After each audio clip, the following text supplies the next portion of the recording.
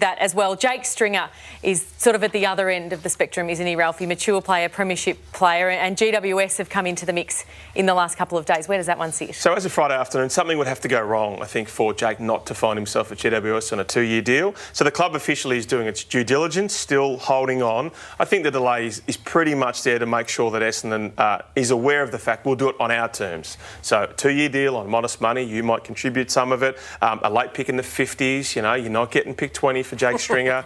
So, Doom, here's the issue. So Adam Kingsley thinks he's a reasonable fit. He doesn't need him in terms of positional, but is this the Toby Tax Mark II? So he can fit in the forward line somewhere, but how much does it impinge on the forward 50 targets of Toby Green? They lead from the same spot, they float across Cadman. You know, is Toby getting 15 or 18% less targets than he would if Jake Stringer was in that side? He'd be getting targeted up less, but you got to look.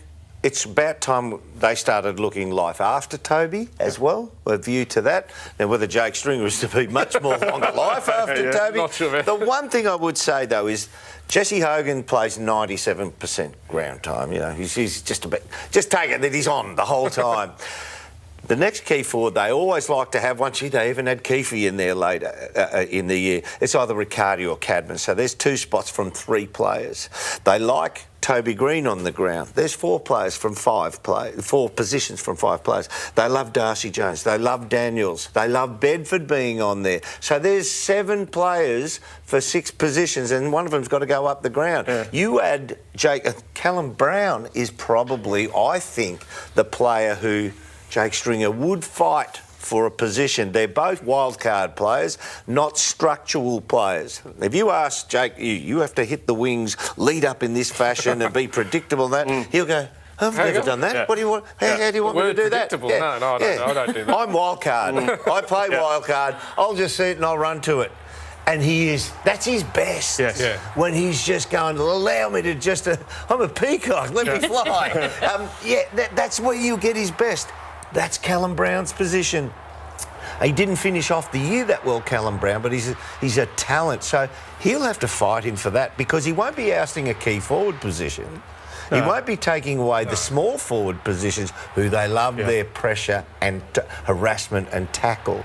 So he'll be made to fight for that position. He does have another string to the bow. He's a very good centre clearance player. Earlier in the year when he was fitter than he was at the end, Essendon played him often, centre bounce, clearance. That is a good strength to have. He can do that. Yeah. Can his body allow him to do it? So I would say to that, and these are all the ifs of when you're going to recruit someone, that is an awesome player to have. Jake Stringer, who can go into the middle, is fantastic. But you've got to be able to do it at least twice a quarter for 4 quarters. Yeah. 8 times a game is what you need from that lad to go in there. He couldn't do that by the end of the year. I'm sorry for those fans of him and think we speak harshly about him. This is the cold, hard facts. They couldn't put him into the centre of the ground. He couldn't run it out. So what did you do in the late stages of your career when you couldn't hit the track and you couldn't do 10,000 Ks on your app back then? What are you saying to Jake in terms of what he has to devote? I cheated. Or sacrifice.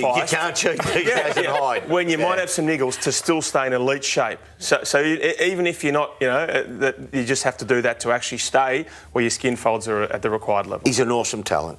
And he's done it most of his career on a modicum of what league preparation dictates you have to do. The rest has been done on talent. Now, as you get older and your physical prowess lessens, you've got to start tilting that balance to harder, better, presenting yourself in a better shape. Do you believe he has that in him?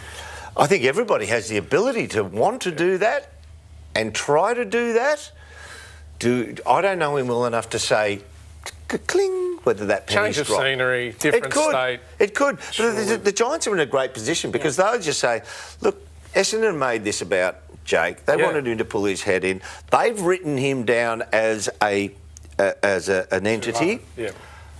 What he's going to be on is almost, for a regular player, is almost minimum wage. Hey, here's tryouts. You fight for your spot. Yeah. You go up against Callum Brown, and if you're good enough, take on Toby Green and train. So you fight for it, and you're on that 400-ish, 450, which is kind of average now.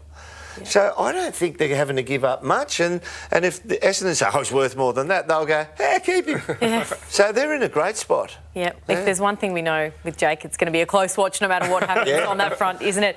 We spoke about his Liam Baker earlier, another premiership Tiger.